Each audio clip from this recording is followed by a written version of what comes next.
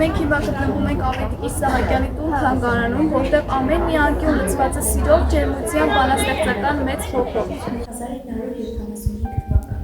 օկտեմբերի Գյումրի գրեթե բոլոր թերթերը լուսաբանում են Ավետիք Իսահակյանի ծնության 100-րդ տարելիցի իրադարձությունները։ Մեծ վարպետի ծննդյան 100-ամյակը կրկնակի տոն է Շիրակի աշխարհի համար, քանի որ նրա ծննդյան օրվանից մեկը առաջ, օկտեմբերի 29-ին, ասվում է Ավետիք Իսահակյանի տուն թանգարանում։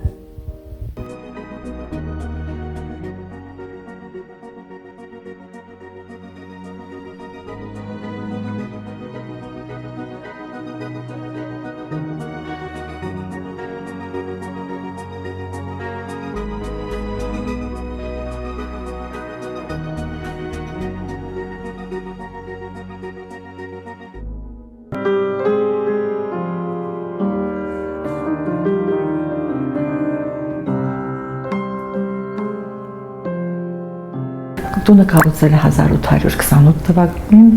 Նիկոլայ Իսահակյանի վարպետի պապի կողմից, երբ Արևմտյան Հայաստանի Բայազետից գաղթելով տեղակայվել են այստեղ եւ տուն պատրաստել էր երկու որդիների Սահակի ու Սիմոնի համար։ Տունը դարձել է թանգարան, երբ լրանում էր մեծ քնարերգուի 100-ամյակը 1975 թվականին Կարեն Դեմիրճյանի նախաձեռնությամբ։ Թանգարանը շատ մեծ շուկով է բացվել, կարող եմ ասել սովետական միությունում եւ մինչեւ այսօր գուցեև նմանատիպ բացումներ չի եղել։ Մարտաշատ է եղել անչափ աշխարհի բոլոր ծայրերից, այն ժամանակ գիտեք սովետական միություններ 15 հանրապետություններից եղել են պատվիրակություններ, որոնց շատ լավ են ընդունել, բնականաբար գյումրեցիները գիտեք հյուրընկալ մարդիկ են եւ հատկապես այսպիսի մարդու տուն մտնողներին ինչպիսի հյուրընկալություն կցուցաբերեն, իսկ երկրորդ օրը բացվել է ուստակարող խաշարանը եւ այդ պատվիրակության բոլոր անդամներին հյուրերին խաշ է մատուցվել ավանդական գյումրվա խաշ մնային գործի մեջ։ Այս նկարը 1901 թվականին է եղել, երբ Թումանյանը եկել է Ղազարաբադ իրենց գյուղը, որտեղ ունեին քարվանսարան, ունեին այնտեղ ջրաղացներ, ալյուրի վաճառքով էին զբաղվում եւ ամբողջ ընտանիքին նկարել է իր լուսանկարչական ապարատով եւ հաջորդ օրը նրանք գնացել են Անի։ Քանի որ Անին շատ մոտ էր Ղազարաբադին, եւ Իսահակյանը հատկապես անընդհատ լինում էր Անիում, նույնիսկ իրեն համարում էր Անիի քաղաքացի։ Մոր հագուստն է Կարինի տարածաշրջանի հագուստ է, ավանդական հագուստ եւ հագուստը համարվում էր խոսող։ Եթե կանայք հացարակության մեջ դուրս էին գալիս, պիտի կարողանային իրենց հագուստով նշեին իրենց կարգավիճակը։ Եթե կինը միայն զգեստով էր, նշանակում է կինն օրորդ էր։ Եթե կապում էր գոտի, նշանադրված էր։ Եթե ուներ կոկնոց, ուրեմն ամուսնացած էր։ Եթե կրում էր նաև սրտանոց, այս փլուզը կոչվում է սրտանոց, որը խոսում էր այն մասին, որ նա ոչ միայն ամուսնացած է, այլև մայրացած։ Դա երկու կոճակով ամրանում էր ուծիկին եւ քանդելուց հեշտ էր երեխային կերակրելը։ Եվ հետո նաև ուներ մեկ այլ նշանակություն, որ կնոջ կուրծքը պիտի փակ լինի։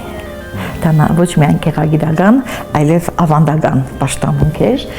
եւ մտածել եմ, որ այսպիսի գեղեցիկ հարդարանքով կարելի է եւ կուրծքը ծածկել եւ կարելի է ավանդական դարձնել, որ երեխային կերակրելը հեշտ լինի եւ սրանք տեսեք թավշից են ասեղնագործված լրիվ։ Ասեղնագործություններ կան նաև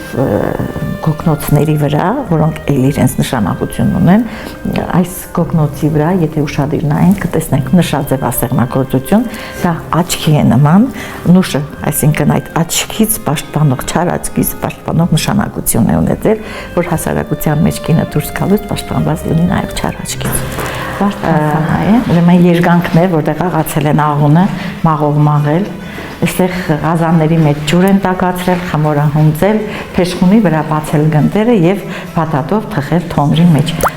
Եվ ամեն անգամ, երբ վարպետն այս տունն եւ ձեռնափայտն ուղղել այդ պատուհանին եւ ասել, այս վայրը սուրբ է, մայրս ինձ այստեղ է լույս աշխարհ բերել։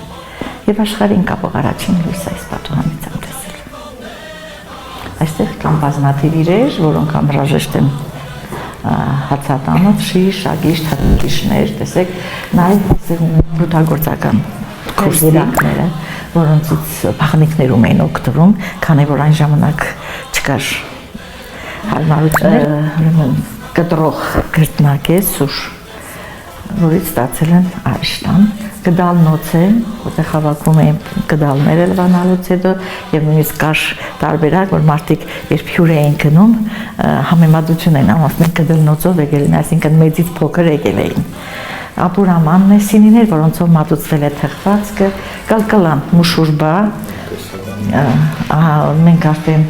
կարծես ավանդական բաժակ է դարձել գյումրեցիներից համար եւ նվիրում ենք այսպիսի բաժակներ եւ բոլորի համար հետաքրքրություն է թե ինչու են կոչում կլկլան, իսկ կլկլանի նշանակությունն այն է, որ խմելուց կարծես կլկլոց է գալիս եւ երաժշտության տակ ջուր է խմում, կարծես թե ավելի սառնորակ ու համով է դառնում եւ գյումրեցու համն է գալիս այս ջրի միջից։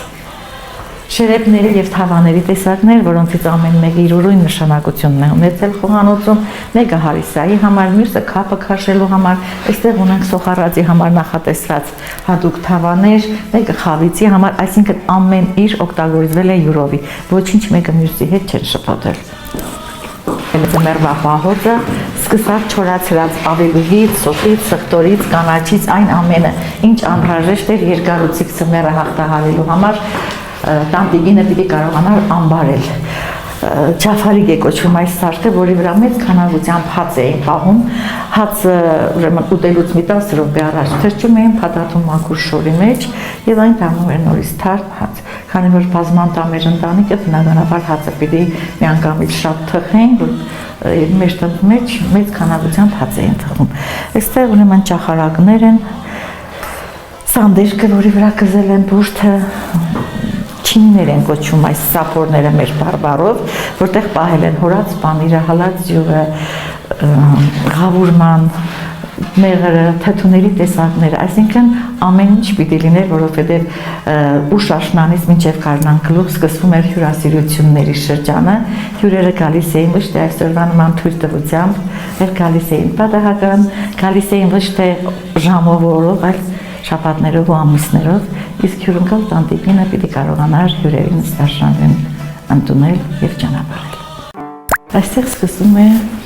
ստեղծագործական մասը, որտեղ էքսպոզիցիաներն են, այս մասը պատկանել է վարպետի հորեղբորը։ Չնայած որ այն ժամանակ բաժանություններ չի եղել, միասին են ապրել, նույն խոհանոցից, նույն թոնրատնից են օգտվել, պարզապես հայրը երբ կառուցել է, մեկը կառուցել է Սիմոնի, մյուսը Սահակի համար։ Այն մասը, որտեղ մենք անցանք մեմորիալ մասը, պահպանվել է այնպես, ինչպես եղել է նրանց կենտրոնության ժամանակ, իրենց ապրած օրերին, այս մասը եղել է Սիմոնի բաժինը, որ դարձրել ենք էքսպոզիցիոն շրջան։ Բազմոցին նայել երկնքին եւ համոզվել, որ տիեզերքն է ղեկավարում մարդուն։ 1957 թվականին ընկեց մահկանացում վարպետություն 2 տարեկան հասակում։ Տեսեք ինչ հոց թափոր նրան ճանապարհում է դեպ հավերժություն։ Անցել է երկար տարիներ, բայց նրա ստեղծագործությունները չեն մշուշվել, քանզի այդ ստեղծագործությունները դարձել են երգեր, երգում ենք մինչև այսօր, եթե մենք կարողանում ենք մինչև այսօր այդ ստեղծագործությունները արտասանել, սիրել, սիրվել, սեր խոստանալ, երկեր նշանակում իսկապես նա հավերժի ճամփորդ է եւ ասելիք ունի քալիք սերունդներին։ Չնայած անձրևոտ եղանակին ոչինչ չի խանգարել, որ նրան ձեռքերի վրա մինչև Պանթեոն տանեն եւ ամբողջ ճանապարհին մինչև հուարկավորության ավարտը Հայկանուշ Դանելյանը երգել է անձրևն եկավ շաղալեն վարպետի սիրած երգը, որովհետեւ մի անգամ գիտեմ թե ինչ առիթի ժամանակ ասել է երբ ես կմեռնեմ ինձ կհուղարկավորեք Հայկանուշի քաղցրահնչի ձայնի ներք եւ այդ կամակը կարողացել նաեւ կատարել Հայկանուշ Դանելյանը։ Թե դու այնպես ինձ այնպես ես մոռացել, որ երբ ամս եմ տալիս, հազիվ մտքիդ եմ գալիս, բայց նազելիս ձերբակում այն լորին է դերծաղկում, որի քնքուշ բույրի մեջ քեզ գրկեցի սիրադաչ, ու գրկիս մեջ այսօր դեռ գիզող կրակ է վարվել, իսկ երբ անունդ եմ տալիս, սիրտս այրուն է տալիս։ Ախ, իրավ է դու այնպես, ինձ այնպես ես մոռացել, որ երբ ամս եմ տալիս, հազիվ մտքիդ եմ գալիս։